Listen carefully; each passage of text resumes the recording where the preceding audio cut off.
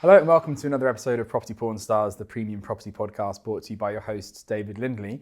And today I'm joined by a very special guest host, Marie Fritz, via Design Northamptonshire. Hello. And today our guest, our star, is none other than Alia Khan, who's Hello. also from By Design, but the Managing Director of By Design in Leicestershire. Yeah. Joe, it's really nice that we're able to do this, and it's kind of been fortuitous in the way that our diaries have worked because we just did a recording episode with Simon Ledbetter. But Alia, right from the first time I was talking to you, I remember saying, I can't wait for you to meet Marie. Yeah. Because you two are so similar. You're just these unstoppable personalities. I was like, yeah, you two are going to get on really well. We're very similar. We're very, very similar in a lot of ways. Professionally, personally, but yeah. Well, it's amazing to have you on here. Thanks so much for coming. So let's dive into it then. Let's start at least about your journey into the premium estate agency world. And starting a maybe strange question, but you said something to me a while ago and it kind of stuck in my mind. I wonder whether this will lead on to how we end up in a estate agency in a different manner. But you said I was always the black sheep in my family. And I thought, I didn't know what you meant by that. I didn't ask you at the time. Almost bookmarked it for today to ask you now. On air. On air. No stress. Yeah. What did you mean by that? And how has the answer to that question taken you to your role in premium estate agency? So what I meant by that was, and family, if you're watching, I meant it very positively, in a more successful, sophisticated way. I meant, so I've never wanted to work for someone. I've never wanted to do a 9-to-5 job. It's just, I've never been passionate. Had I ever done it, I wouldn't have lasted 5 minutes. I hate being told what to do. I've always had a vision. So I've always just wanted to get stuck into something, do the numbers myself, sort of buy, sell. I've been involved in a lot of businesses since the age of 17. So I've had that experience under my belt. I've always been looked at as over-ambitious, possibly a little bit of a liability in the sense of business, because I just go out and I just get it done and I just do it. And it could be an overnight decision in the snap of a finger and I'm doing what I always wanted to do. So that's what I meant by black sheep, is I just go into it. I don't really ask anyone. I just think about it. And if it's something I want to do, I can decide within an hour. And yeah, I don't let anyone put me off or steer me away. Over-ambitious is a really interesting thing. You don't hear that very often, someone being over-ambitious. What do you mean by that? So it's something that's been very common in my life, where I've always been expected to be a certain way, have a certain job, be married, have kids at a certain age, etc. Over-ambitious, because I never had a 9-to-5. I didn't have a normal life routine. I just went into business, and it's been 13 hours every day since then. So. You are always on. I think you and I were on the phone at 10 o'clock on Friday. That's one thing I know about you, is you're always on. Yeah, you could message me at 1 a.m. Some people would think, I'm not going to reply to that till the morning. No, don't reply right now. It's my personal time. But I can't do it. I have to reply. Even if a client's asking me, did you turn the lights off when you left for the viewing?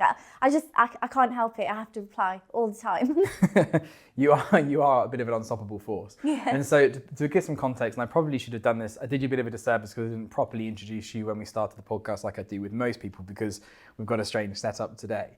But we are, as of today, I think probably 5 or 6 weeks in to you running your own By Design business. And I think you're getting on for £10 million worth of instructions that have been listed so far. And I know from our conversations, you're like, okay, that's a good start, but we're on from here. So you do move a million miles an hour. I do. So that's kind of your personality background. Then how did you get into a estate agency? Talk us through that. So how I got into a estate agency, when I was young, it wasn't something that I came into straight away. And I'm going to be very transparent and blunt about it. I went to college, and from the age of 17, I think about 6 months into college, I thought, this is not for me. I cannot sit there and revise and do exams and listen to a teacher for so many hours. I just can't do it. No disrespect to those who can. I was just never I wouldn't say I was an academic. I wasn't interested in opening a book. I just didn't want to do it. My mum used to tell me that when I was a very young child, probably under the age of 10, I used to question property. So when I used to see a for sale sign, I used to ask about the house, and I used to demand that they get the advert off, or go and buy the newspaper so I can circle the houses. And I used to study floor plans. I know it's really sad, but I used to do that. I remember when I was 16 and I was trying to get my first job, which was a part-time role. Don't laugh, but it was waitressing. We've all been there. We've all done it. Yeah. So I was trying to get my first job, and they asked me, like, what do you... I don't know why they asked me this, because it was always going to be a temporary role, but they said, what do you aspire to be? Where do you want to be? And I was 16 years old, and I told them that I wanted to be a property investor or be the biggest real estate agent in the UK. So it's always been in my mind. So when I left college, I thought, oh no, where do I go from here? Because again, I just went on a whim and did it overnight. And I thought, where am I going to go? So I started applying for, Marie, you used to work for Connell's. The first place I went to was Connell's. And they didn't hire me because I didn't have many years of experience. So they refused to hire me, which was fine, because from there I went to another estate agency interview. They didn't want to hire me because I was too young, inexperienced. I kept getting the same thing. So I ended up going into IT, which was totally different. But obviously it paid the bills. So I just got into that. I loved it. I was in a senior position, but I got sick of it after 3 months because it was never what I wanted to do. So I left. Then COVID happened. And then I came across a really luxury estate agency, which is the company that I left. And I contacted the director and started up as a self-employed partner.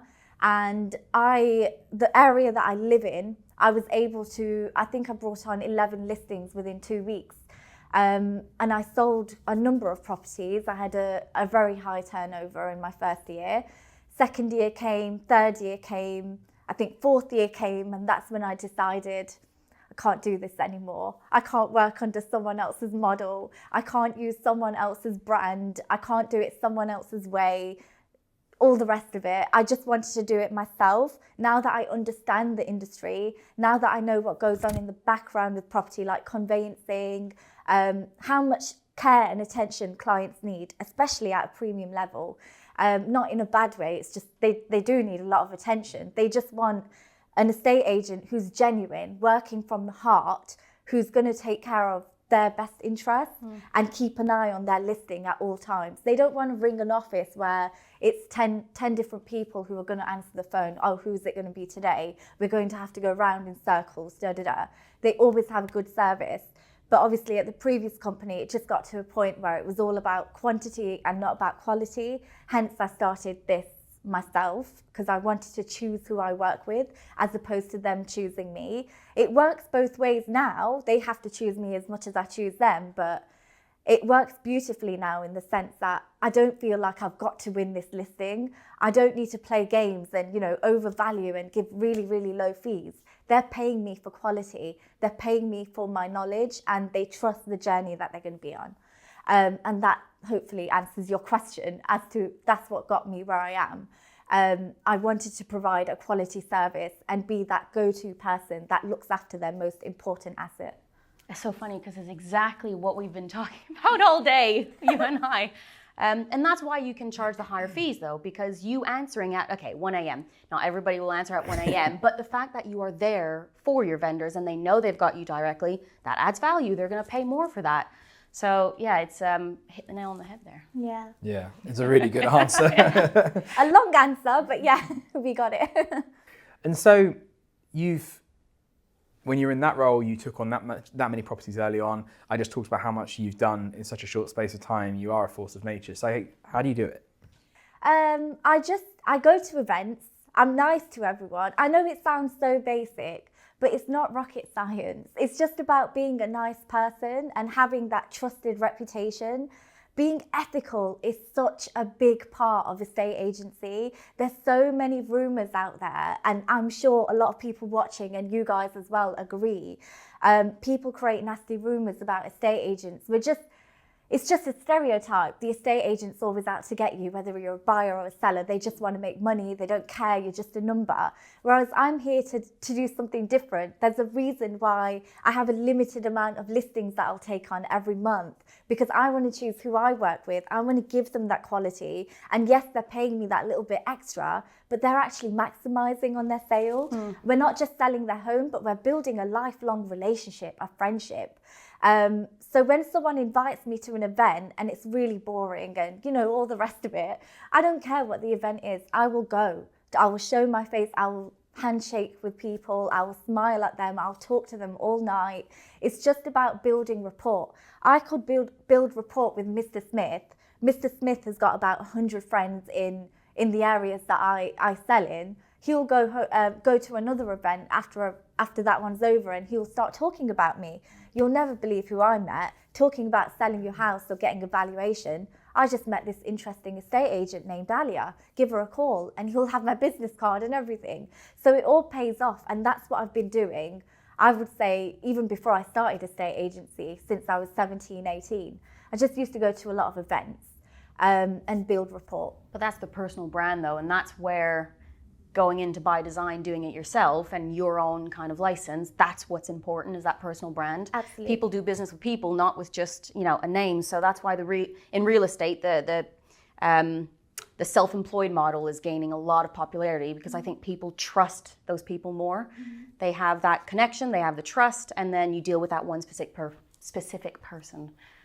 Coming back to something you said a second ago, you said ethical, and that's quite a broad-ranging word, I suppose.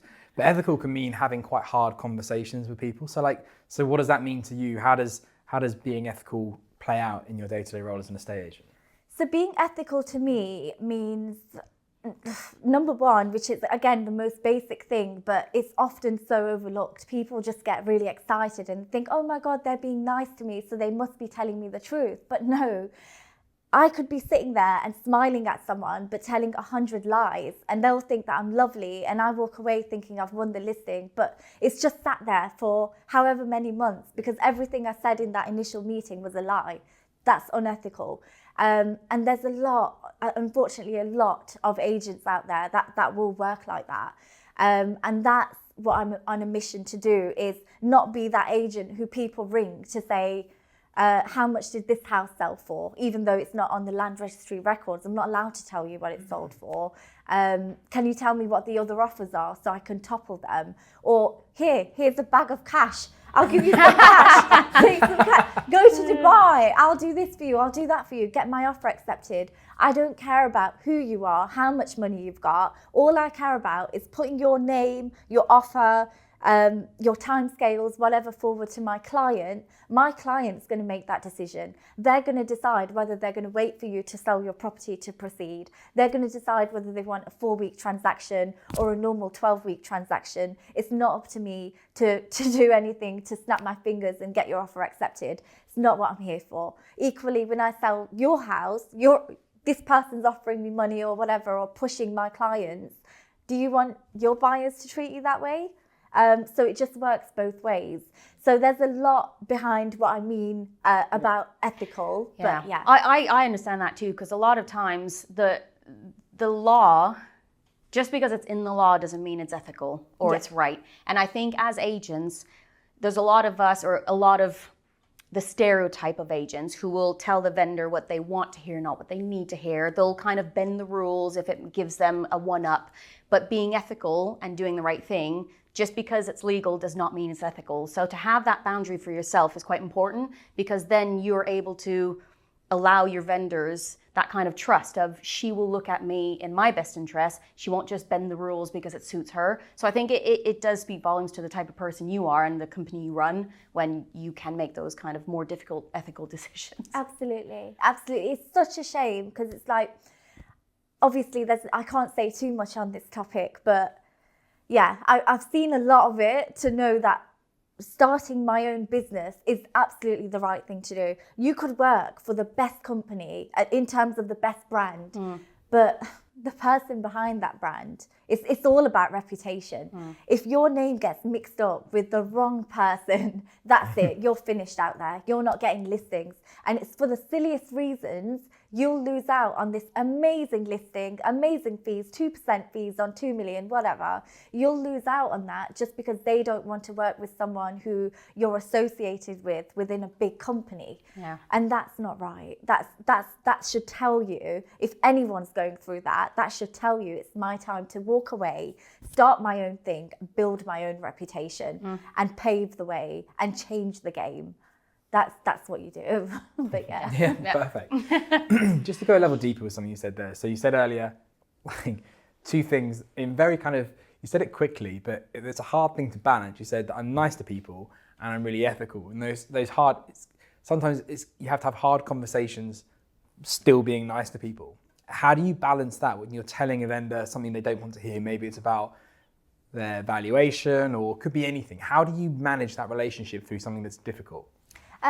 So, for example, I mean, I've recently had it where someone was being really, really harsh to me, honestly, to the point where they were effing and blinding because their offer hadn't been accepted.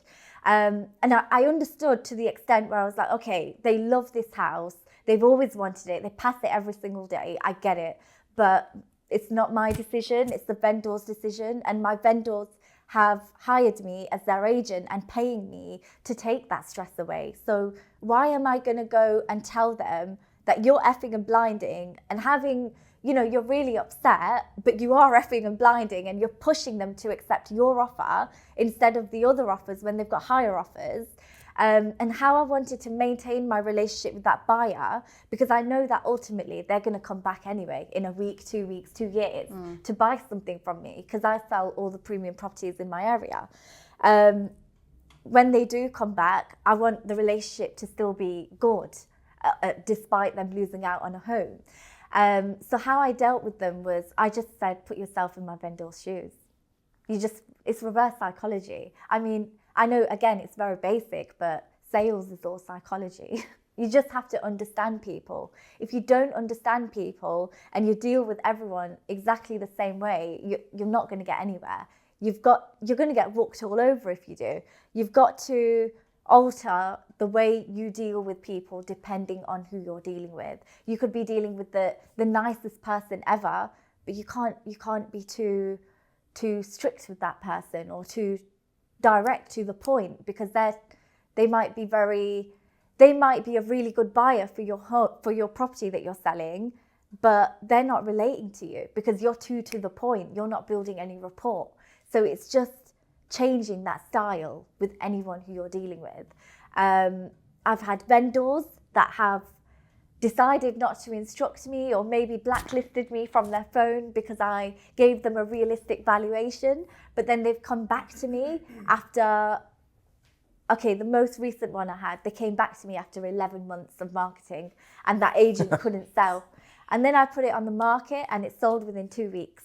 And the person who brought the property lived around the block from me. And I don't know how much, you never really know with these things, but I think the name that he saw of the agent who was selling the property gave him that confidence that he could trust what they were saying. So if he was asking questions to the previous agent, what offer do you think I should give? And that agent was giving a figure, he's going to think, I don't really know this agent, or I may have heard X, Y, Z about so-called agent, and I don't trust what they're saying. I'm not going to offer. But then he's seen my name. He trusts me, we've got a great reputation, known each other for years, indirectly or directly. And I've said what he should offer, and he's made the offer. It's all about trust. That reputation is worth its weight in gold. And they say, it takes a lifetime to build a reputation, and it's dangerous because it's second to break it. A second to break it, yeah. And that's why it's so important to have that standard that you've got of being ethical, because then you keep building that trust asset that people have. Absolutely. But what you said actually is another thing where we say you don't come into this business because you like nice houses. I like houses, I like architecture, I like, interior design, I want to be an estate agent. You come in this business because you like people and you know how to deal with people. And like you said, negotiation. Every person needs negotiation differently because whether some people you can speak very direct to and some people need that tough love and some people would fire you for it. So you need to be able to read people. You need to love people. Absolutely. It's definitely, I would say estate, and Marie probably agree with me, and this is why we now do our own thing, but estate agency very much became this, well, it still is in a way in some places, not in our places, but it's very much what I'm wearing, what I've got, look what I've got, I'm on social media, I want these followers. I'm going to jump in the pool in my swimming suit, whatever. I've had clients comment to me and say, I'm not going to allow my husband to go alone to view this property. Because why should they? Because what have they just presented in that video tour? They've shown the property, yes, but they've kind of missed the point. It's not a professional video tour. So yeah, there's a lot of things that leads to the trust element, your reputation, not being associated with the wrong kind of brand as well, and the wrong message especially. Yeah, I agree.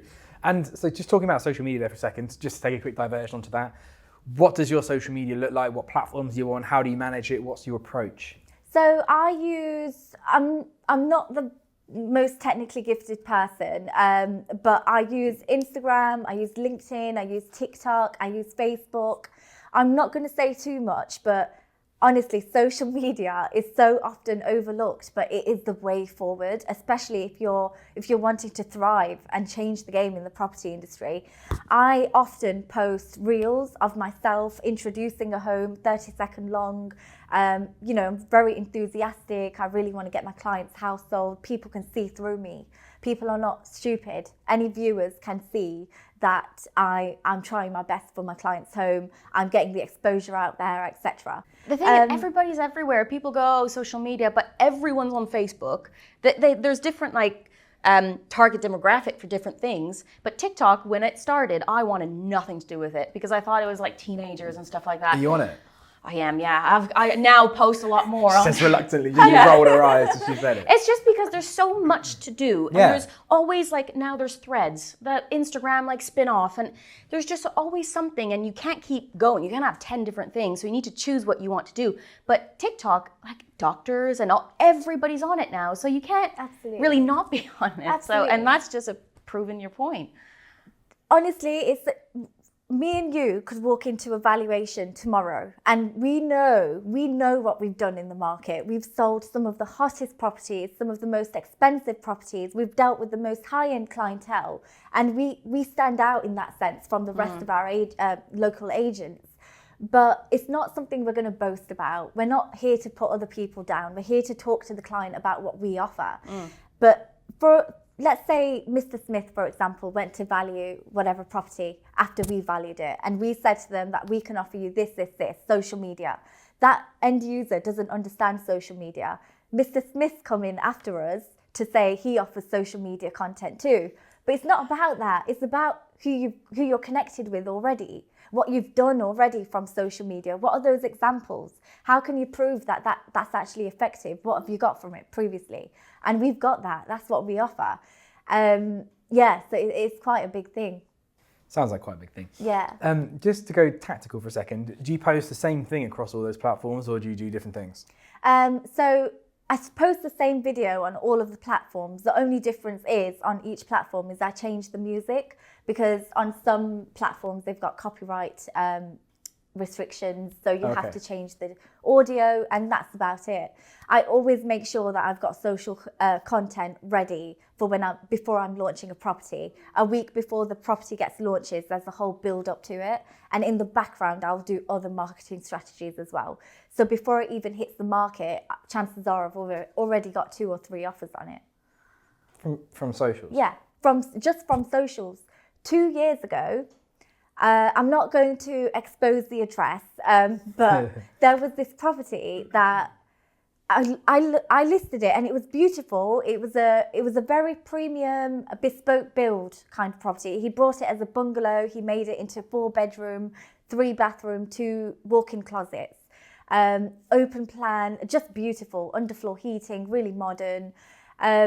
Put that on, I launched it at offers over $1 million or something like that. And he always said to me, Alia, I want 1.2 million.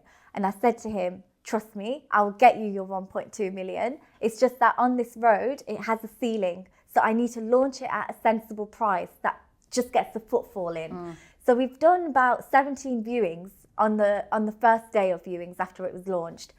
And I've sold it 200 grand over the asking price at 1.2. That buyer didn't come from Rightmove. He didn't come from the company I used to work with and partner with. He came from my social media, and his daughter outright said, I only showed my dad this property because for me and my sister, we need a walk-in closet each and an ensuite each. You know what's funny is that I had something like that from TikTok where it was somebody, a child, but the parents were looking to buy. So she saw it and she's like, Mom, look at this amazing house. And they came to see it. So sometimes it's not directly the person, it's the kids, or it's, you never know who's watching. Yeah. David, keep your kids off social media. That's the lesson. It sounds expensive. Yeah. Yeah, you're buying a £2 million house now. Yeah. And so just something you said there, it's about launch. Do you have like a launch strategy for properties? I'm guessing from what you said there, there's a bit of pre-launch activity and build-up that goes on before the property goes live on the websites and so on. So what does it look like?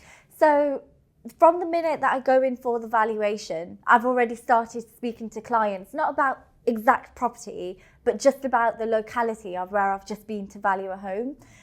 Even if I've got 10 valuations booked on the day, which I never will, but if I did, I still find the time to do that, because there's no point you working so hard to win that instruction if you know you've got no buyers for it. What's the point? You know you want to market it, but I want to get a feel for this house before I list it. I don't want to go listing a house that I know is going to be stagnant and no one's even going to come and view it. It's a waste of the client's time and mine. I might not be the right agent, because I'm not saying I'm perfect for every single house and locality. So yeah, first thing I do when I leave the valuation is I discuss where I've just been. Is this something you'd be interested in? This is the price, the plot size, bedroom to bathrooms, blah, blah, blah. They will respond most likely with, yes, it sounds amazing. Send me the details when ready. I ring the client with valuation figures and I say, do you mind, I'm no rush, and I know you said you want to take your time, but do you mind just discussing this with your family overnight or over the weekend? Come back to me on Monday. Let me know if you want to do some viewings or, get your property marketed and we start showing my existing buyers your home. And then on top of that, when they do instruct me, I give them a whole checklist. So it's got it must have 40 something tick boxes on it. I give them this checklist, and that's everything that I'm going to be doing for them. So as each day goes by, they're not sitting there bored. They've got a whole checklist to say, she's done that, she's done that, she's done this. So just go into detail on this checklist for a second. Yeah, I like that. Yeah. Well, okay, so that is all the things you're going to do and when you're going to do it, so that they can. Is it like setting their expectations of what you're doing, or is it like fee management as well, that this demonstrates what you do for your fee? Like, how does that document work for you? The reason I do that is I haven't got anything to prove. I think clients know from the moment I walk in that I'm not like any other agent. I'm not just there to hit my stats for the month and say, oh yeah, I've got this listing and stick it on my social media and get more followings. I'm not interested. The reason why I do that is because I want to give my client confidence. Oh, my estate agent's gone quiet. I wonder what's happened. And I've not gone quiet, but some clients, if you've not spoke to them for one day, they start panicking. Yeah. And I do have a number of clients like that, and I love them to bits, but they have this checklist which will give them reassurances that, oh, actually, she's done this, she's done that. That means this is coming next. So they know what to expect. They're not going in blind, because most of these people in the premium property sector, they've been living there for 30, 40 years. They're elderly, or, it could be a part of an estate. It could be a probate property. They've got so many other estates or, things to sell, or they're grieving. Give them some space, give them some comfort in knowing that, okay, this is what our estate agent is doing. This is how she's doing everything she can to maximize. Yep. So this is why I do the checklist, is to make sure that client has comfort in knowing that this is where my estate agent is at. This is how she's going to maximize. The other agent said they could do this for me, but she's given me a checklist which shows me what I'm paying her extra for, which is XYZ. Yeah. So it works. It also helps with price reductions. Yeah. Sometimes we get it wrong, right? As Yeah. agents, sometimes we think it's really priced right and it should sell and the market just doesn't see the value. If your vendor knows you've done all these things and you say, guys, we need to, it's time, we need to reduce the price, they're not fighting you on it because they know you've done everything possible in the first place and they trust you. 100%. So it just makes it so much easier, the whole management process. 100%. It definitely helps because none of us want a client ringing us and saying, you've had our house for 4 weeks now, we've not had that many viewings, or you've had viewings but you've not had that many offers, we're not getting the offers that we wanted. But having that checklist is going to prevent that phone call because they're going to see quite clearly, Marie or Alia, they've done everything humanly possible. There's nothing possibly wrong here, it must be the price. I think that's also the difference between losing listings and not losing listings, because agents who after 4 or 6 weeks or whatever, they change estate agencies, is because the vendor thinks that there's another agent who's going to do something better. If you can show them that no other agent can do anything more than we're currently doing, so there's 3 reasons it doesn't sell: price, presentation, marketing, exposure. Like, you agree, Mr. Vendor, your house looks amazing. You agree, Mr. Vendor, we've done everything in our possibility to expose it to the widest audience. It's the price. So they'll never actually leave you because it doesn't matter why it's not selling. They trust you fully. So you won't lose the listing. You won't lose your vendor. You'll end up selling it and they'll just trust you more. So I quite like the checklist. I might steal that from you. Yeah. I don't have it like per se. I do, my vendors, I keep them up to date with stuff, but I quite like having the actual checklist. It would save a lot of phone calls, a lot of unnecessary panicking. It just saves you a lot of time. It's not to say we don't have time for clients. It's just to say we don't want them to even spend 1 second panicking about where they are or why the house is not selling. It just gives them that reassurance. Yeah. And sorry, this is really. Do you print it out, send it to them electronically? I'm getting really technical, I know. I do print it out. I print it out and highlight it, and I colour code stages. So each number, like set up a group chat or book in photography or, you know, whatever. It's all under the same kind of level. So there's 3 levels of the marketing. And as soon as you get to that 3rd level, it's telling you that time is running out, something's wrong here. Making me feel so bad about how I deal with stuff. Like, I'm not that organized. Yeah. Oh no, I'm going to send it to you. Well, I was going to say, if you could send it to both of us, then what I'll do is I'll get it designed up in by design colours as well, and then everyone can use it. Yeah, That's okay. that'd That sounds be awesome. amazing. Yeah. Yeah. Awesome. Okay, so changing the subject completely now, if that's okay. So just before our podcast now, Marie and I sat down with Simon Ledbetter and we were going through, he does a big survey, The Voice of the Agent, and it covers lots of different subjects around the property market, like prop tech and fees and prices and all the rest of it. One thing it gets into is about discrimination. And it's kind of frightening how much of that goes on. And there's a big sample set. There's like 880 or so, I think, estate agents that answer this survey. And it's done anonymously so that they are kind of protected and they can speak their mind a little bit, if that makes sense. But it was astonishing how much goes on generally. And then I think the thing that's come out of that very acutely is from women in estate agency and how much goes on there. And the stats were, it was like... Disproportionate. Like completely... Yeah, disproportionate is ridiculous. probably putting it quite politely as well. Like, what's been your experience of that, of being discriminated against on kind of any count, really? Because in the report, it does go through, there's loads of different ways it can happen. It could be just general, it could be age, it could be disability, it could be ethnicity, it could be gender, it could be sexuality, it could be anything. What's been your experience with that? So without saying too much, but I will say a lot on it because I'm very passionate about it. I have always been an advocate in supporting women who are struggling, women who are brought down. No, you can't do this, you can't do that, you can't wear this and you can't wear that, you can't go to this college, you can't study this degree even though you really want to. Like, I just don't get it. I hate it when someone has power over an individual. It really, really disturbs me. So I try everything I can to help people in that situation. So I love this topic. Before I joined estate agency, I never once, honestly, so I'm Pakistani, that's my heritage. And where I live in Leicestershire is it's not massively multicultural, but it is in a way. But it's also got a lot of private schools. It's just a really incredible area. Now, I've never had racism. I've never suffered from any discrimination cases. Okay, when I was in primary school, I got bullied, like everyone does, whatever. But yeah, so when I left the previous company I was working with, that's when I started to get ageism, sexism, racism, discrimination comments. And honestly, every time, even to this point today, to this second today, I'll get a phone call. This has been said, or yeah, someone rang me and said X, Y, Z. And these are clients who I'm selling luxury homes for. They're getting phone calls saying that, you know, Alia doesn't know anything. She's got no experience. She's a little girl. Ageism and sexism in one statement. She doesn't have the clients for you. She's not going to be able to provide the same marketing.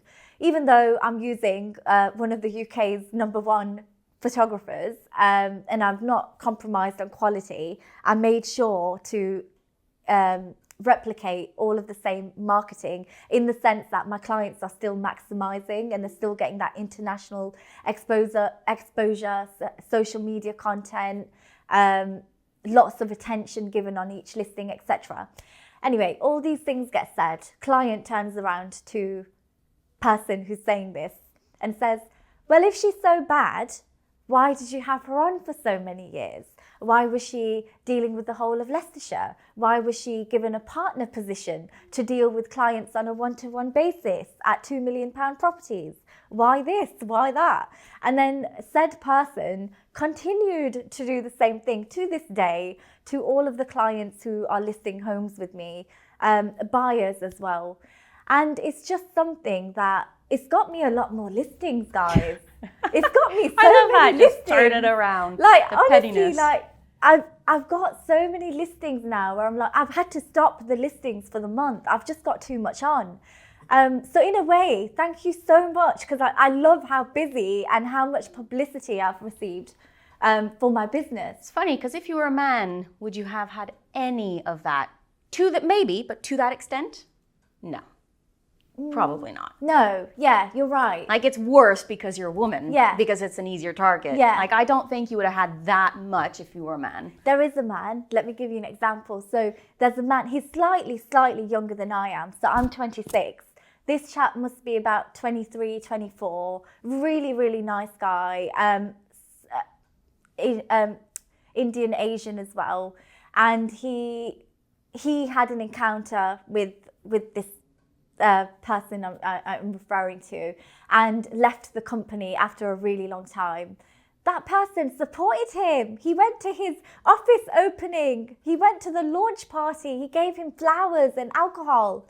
I started my own thing and and I got so much hate shit for it. Yeah. I got roasted. So Yeah. I mean, in fact, it's made me really successful. It really has.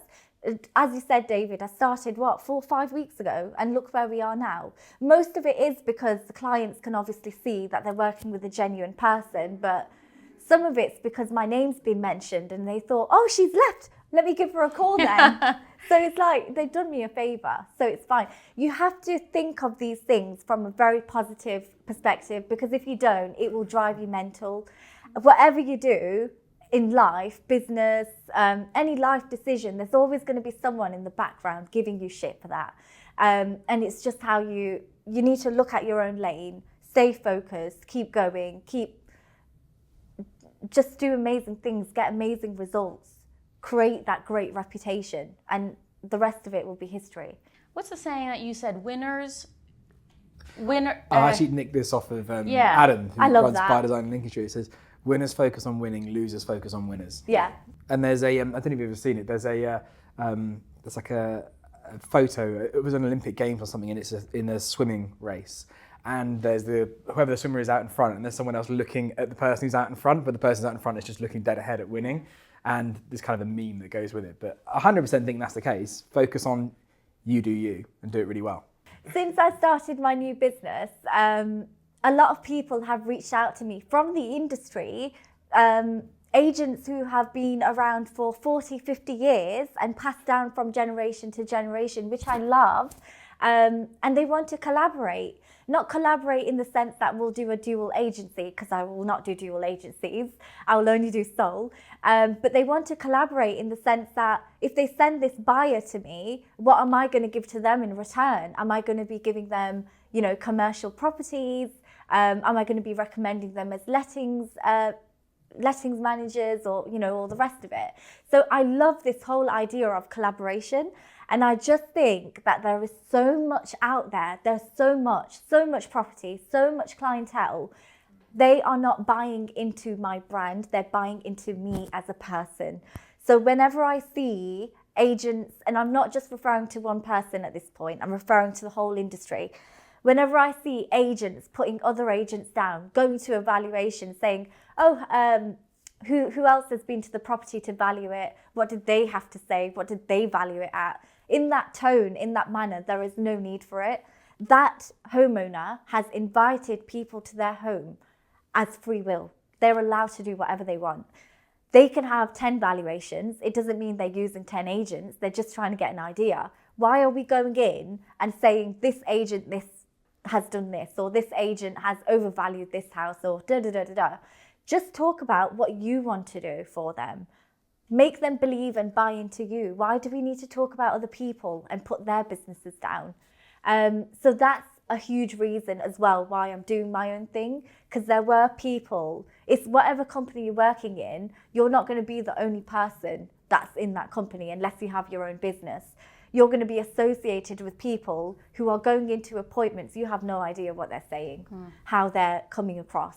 A lot of people have got this bad habit of slating. And it's just, that's what creates this unethical reputation. It's just not professional, is it? There's a saying that collaboration happens at the top, competition happens at the bottom. Yeah. And I really think that's true. You look at the other countries, yes, there's healthy competition, but they do collaborate a lot more. Buyer agents, seller agents, Australia, Canada, America. And I think, I've always said this as well, there's enough business for everyone. Yeah. Why are we so hell-bent on slating other people? Yeah. And vendors, they read that though, because I've been to some valuations and the agent goes, oh, I've had other people. And I'm like, oh, how did that go? You know, is there any questions they didn't answer that you want me to answer? And they go, no, but they were talking badly about everybody else, so I'm not going to use them. Like it just shows the type of people they are, and vendors don't want to work with them. Absolutely. So, you know, just like you said, just do you, stick to what you're doing, let the others do, there's enough business for everyone. Absolutely. There really is. And the thing is like, you could have 10 listings on now. I have 10 listings on now. What happens after those 10 listings? We've not just listed 10 properties for listings. We've listed it to create, first of all, to sell the houses and be with them on that journey and maximize. But we've listed them so we can then become agents that operate via word of mouth. We'll be recommended. People will go on Facebook group chats, and all these group chats we're not part of because we're estate agents. They'll be like, we're thinking about selling, who should we go to? 2 of our vendors are going to comment on there and recommend us. So doing good, only good will come to you. 100%, I live by it. And yeah, I just don't believe in slating the competitors. I don't think we have competitors. I think the reason why we've created our own business is because we have a unique selling point. We're here because we want to do things differently. We do not need to go into competition. We go into it thinking we're here to make a difference and we're going to do amazing.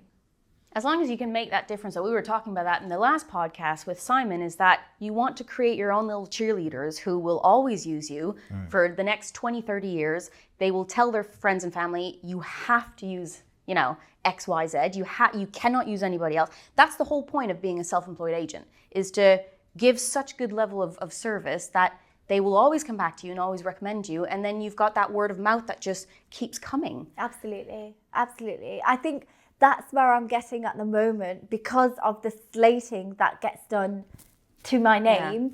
Yeah. You know, they're not slating my brand. They're not slating by design. They're slating Alia Khan. But all that's doing is it's making that person go on Instagram or go on Google and dial the number. Why is she so important? Yeah, and they dial the number and they realize, oh, that's why she's important, because she actually knows what she's talking about. I love that it backfired. I know. On the said person. Yeah. The more they do it, the better it is for you. One last question on that. Tell me about the for sale board. Oh my gosh. Okay, so I was trying not to mention this today, but since you asked, I was wondering if you were gonna. So there was. So just to say, Marie knows about this because you and I happened to be on the phone, Marie, when you sent me the photo of this. But so sorry, I'll stop. But I think I spoke to Marie as well. Oh, I afterwards. texted you right after. Our Yeah. phone. Oh, okay. I see. Yeah. Utterly ridiculous. Yeah, I loved it, but it was just so supportive. I think what got me through it. So what happened, first of all, for anyone listening that doesn't know what we're talking about? So what happened was one day on a sunny weekday. Painting the picture.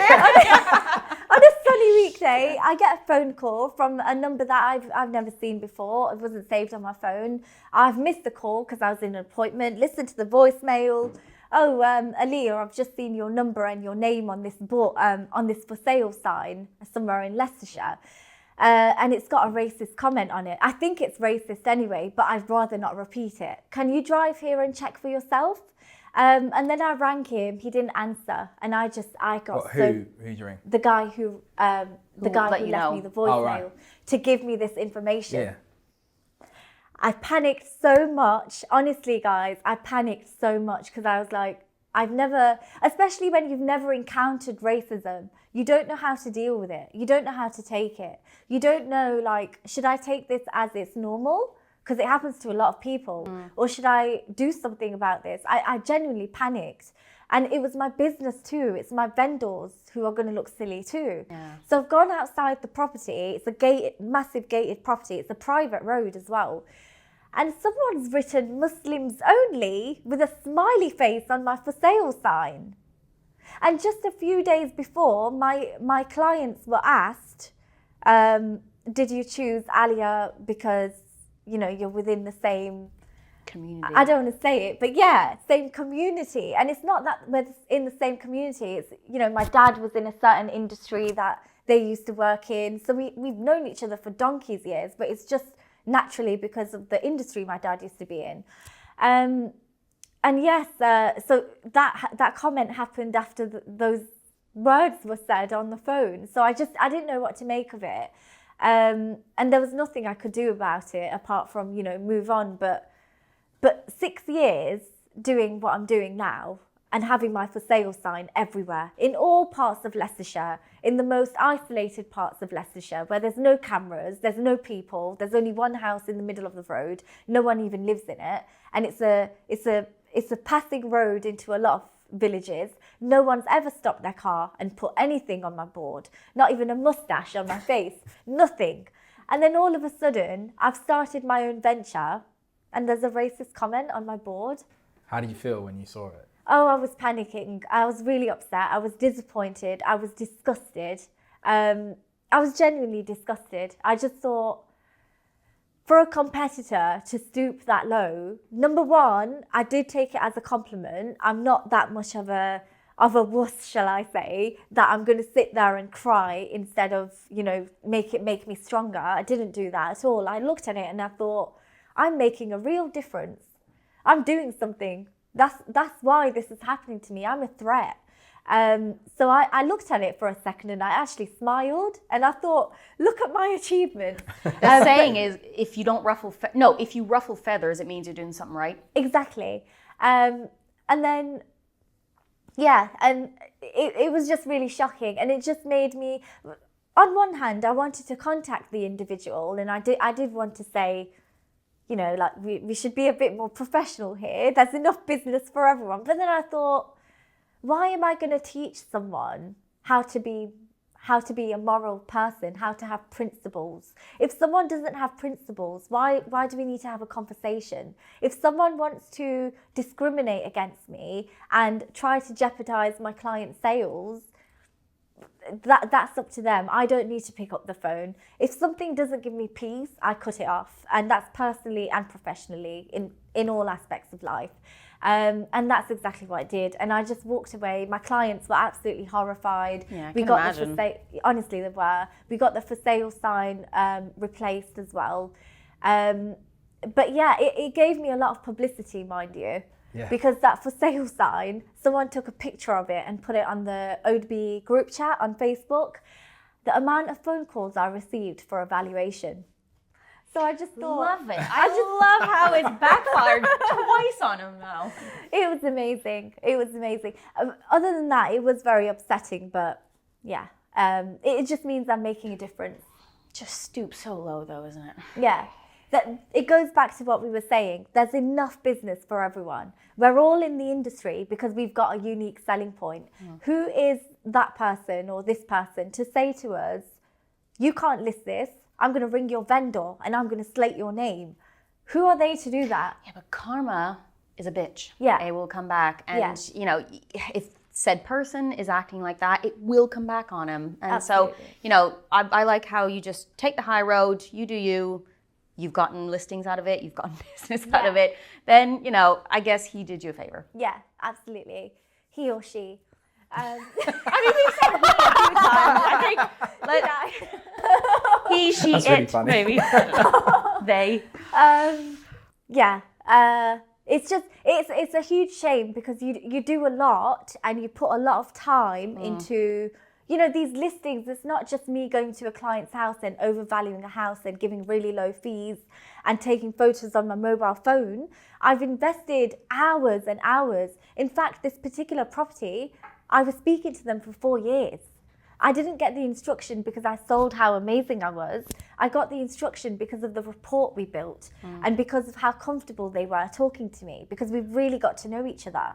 So yes, it's insulting when a competitor tries to jeopardize a sale that you've listed just because they feel they should have listed it. It's very insulting because it's insulting to me because I'm a professional and I'm just here trying to do my job for my business. It's insulting to the vendor because they live in a premium property for a very good reason. They've set up businesses. They are clever enough to know who they're instructing, to know what they're doing. They don't need to be receiving phone calls being told X, Y, Z. It's just bitter and it makes the industry look so stupid. Just doesn't help our image of Yeah. people hating estate agents. Yeah, That's it. Be used to your advantage. yeah. Yeah. My last serious question, changing the subject again, is that you said that you've got someone who's like, I don't know the best way to describe this really, but you've got someone who's documenting you. Someone who's doing social media. So talk to us about that, because that's quite unusual. So it's because I'm super interesting. I'm only joking. It's because, you know, when I go to these listings or, you know, a day in the life of an agent, I don't want it to be staged. I don't want it to be like, you know, come over here. I'm just about to make myself a cup of coffee. Let me just flex my muscles a little bit, you know, whatever. I don't want it to be like that. I want it to be like, can you follow me? We're going to photograph this property today. The property's already ready to be shot today, so you might as well follow us around. He'll photograph, you know, Dream Home doing some behind the scenes, which is our photographer. Or he'll photograph me outside and I'll have a power shot outside the property. And the reason I do that, going back to social media, I'm not here to get famous off of listings. The reason why I will have my face on that property, the biggest reason, is because people interact with people. When they see me, when they listen to me, they might absolutely hate me, you know. Well, I'm sure they won't, or they could really relate to me and they might listen to me and think, actually, she knows what she's talking about. I love the way she's presented that property. I feel like I know her already. I know her wardrobe already. I hear that comment all the time, by the way. I know her wardrobe. So they'll follow the mobile number at the end of the video. They already know who I am. I'm going to value their house, sell that, and I'm also going to sell them a property. That's why I do it. So we need to go back to the social media guy. So the social media guy, he does little snippets of me. So I'll be like, guys, I'm outside this amazing property. It offers X, Y, Z. Contact me on the details to follow. He does all this lovely editing. He also has some drone skills. So we're working on a few neighborhoods at the moment because clients love to see drone shots of their villages. They hang them up in frames and everything. Yeah. So we're just giving these out complimentary. And they're not on postcards with my branding. They don't even have my branding on. It's That's just so important though, not to have the branding on something like that. Yeah. They're just having large drone shots of their villages, of the local church, or, you know, something really beautiful and historical. And they're just hanging them up in a frame in the hallway. It's lovely. But I love that. That's like having someone document you day in the life. like a behind the scenes of the behind the scenes somehow is really, really good. Yeah, I'm really interested to see how that works out. Yeah, It's nice though when people like know you already, because then you almost win that valuation before you even step foot in the door, because they feel like they know. I mean, the first time I met you, I remember going, "How nice to see you," and you went, "No, it's the first time we've met." And I went, "Oh, happens really?" all the time this day and age. You know, it was because we had spoken so much on Zoom and the phone, and you see each other on social media, and you feel like you know the person. So as soon as you step into that valuation, that rapport that people from corporate brands work so hard to try and build right from the door, we've already built like weeks and weeks and sometimes years in advance. So I think that's super important to have your face in, because it's you that you're selling, people buying to you. Absolutely. And going on to that, how people buy onto you, I do also feel like when you're going to a premium property, there is a way to behave. And Marie, you're laughing, like you know what I'm referring to. Like there's a lot of agents out there that they just make fake promises, and they'll go to film a property, and I mean, okay, I'm not going to mention any names, and this is here in London actually. It happened a couple of years ago. Someone got instructed as an agent, and the client didn't obviously know who they're dealing with. They were just this high-end individual. They didn't have time to focus on the sale of their home. They just trusted an agent with the key, with the property filming, and that was it. The agent got into swimwear and jumped into the pool. Straight away, the client saw this video and disinstructed them. There's a way to sell premium homes in a sophisticated way. In a professional way. And if you're going to do that, ask first. Yeah. Is it okay? Yeah. Yeah. Yeah. Right, so our last question is a ridiculous one, and you may or may not know, but we have a closing tradition on this podcast where we ask every one of our guests what their porn star name is, because know it or not, everyone has a porn star name, and it's made up of your middle name and your first pet's name. The silence is building tension. So my middle name is Safa. My first cat's name was Tiger. That's pretty good. Safa Tiger. So Tiger. Safa. Safa Tiger. Yeah. Safa Tiger. That's pretty good. Unfortunately, Matt Gigg still has the #1 spot with Kevin Tiny as his porn star name. Wow. My French one isn't winning. Still not. What was it? Oh yeah, what was yours again? I can't even remember, you know. Oh, but there you go. Oh, Pierre Raffi. Yeah, because I can't say it. Oh, that sounds nice. That sounds lovely. Yeah, but it sounds Kevin nice. Tiny is better. You can't remember it though. No, I know. Like I wouldn't be able to call you for a valuation, but with that name. This is why I don't go by my full name, because my full name is Marie-Pierre. And can you imagine people trying to say that over the phone? Which is why I go by Marie. Yeah. Yeah. We discovered that earlier when I tried to say Bernard. So it's really, like, I've really enjoyed this conversation. And remember, I was trying to work out why I thought that you two would get along so well. And I kind of think I've realized why. And it's because you share a very similar mindset, this sort of unstoppable mindset. We have this running joke that I've got this hashtag Marie mindset thing when you post something, that's like the way of thinking. And I think that you both seem to have that absolutely unstoppable mindset. And I think it's awesome. I think you're both going to do absolutely incredible things, and I love working with you both, I have to say. Absolutely. I love working with you both, but Marie, you mostly, because I won't take it personally. just because every day the life of an agent is just, honestly, David, it's so challenging. It's like I could pick up the phone, I could message Marie, or I could ring her, and we just relate straight away and just support each other, and it makes a huge difference. Perfect. Being part of a big company and picking the phone up and ringing one of your colleagues and saying, I'm having such a bad day, this has happened or this has happened, they will just give you all of the wrong advice because they want to do exactly what you're doing. So they want you to go wrong, basically. Whereas ringing each other, it's like we're business owners, we just want to see each other grow. It's very exciting. Collaboration happens at the top. Yeah. You know what's funny about the discrimination and stuff like that? When you said in the beginning that you were seen as overachiever, overzealous, it's such a difficult thing, because as a woman, if we are for lack of a better term, like boss bitch, right? You're seen as, oh, she's trying too hard, or overzealous, or, you know, she has kids and stuff, she can't do it, that she can't do all of it. I think you have that extra pressure on you that people go, well, maybe you shouldn't be so intense with it. But I like that you're kind of going, screw everybody. I know what I want. I know the business I want to create. And sometimes you just have to work a little bit harder as a woman for that. But yeah, if you need anything, gotcha. Yeah. But the next 6 years have been as good as the last 6 weeks have been, then I think we're on to something good. Yeah, absolutely. It's gone really well. It's successful. There's been days where I thought, have I got this? Can I really do this? But then the only reasons that I was probably thinking like that was, like you say, Marie, there's so many people out there that, my God, they're just so nasty. And I'm not going to pick on the gender, but I think we can all guess, like, it's just, when it comes to women, as soon as they know you're a woman, oh my God, they tear you to shreds.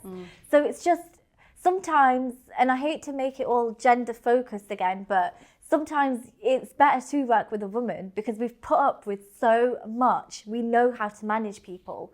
Whereas if you're dealing with a man who's, you know, they do have it really easy, most of them, especially in the industry, things just come to them because they're a man. In the previous company I worked with, I had a lot of clients who wouldn't instruct me because I was a woman.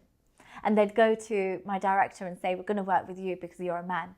And it was absolutely shocking. It was shocking. Yeah. And then in the end, said person couldn't sell the property because they weren't a salesperson. So it'd come back to me anyway, and I'd be selling it and negotiating it and handing the keys over.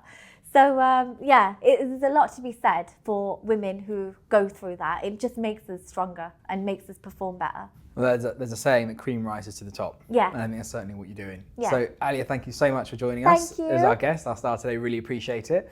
And thank you for listening to or watching this episode of Property Porn Stars. Really hope you've enjoyed it. Don't forget to like, follow, and subscribe for all the episodes to be downloaded straight to your phone.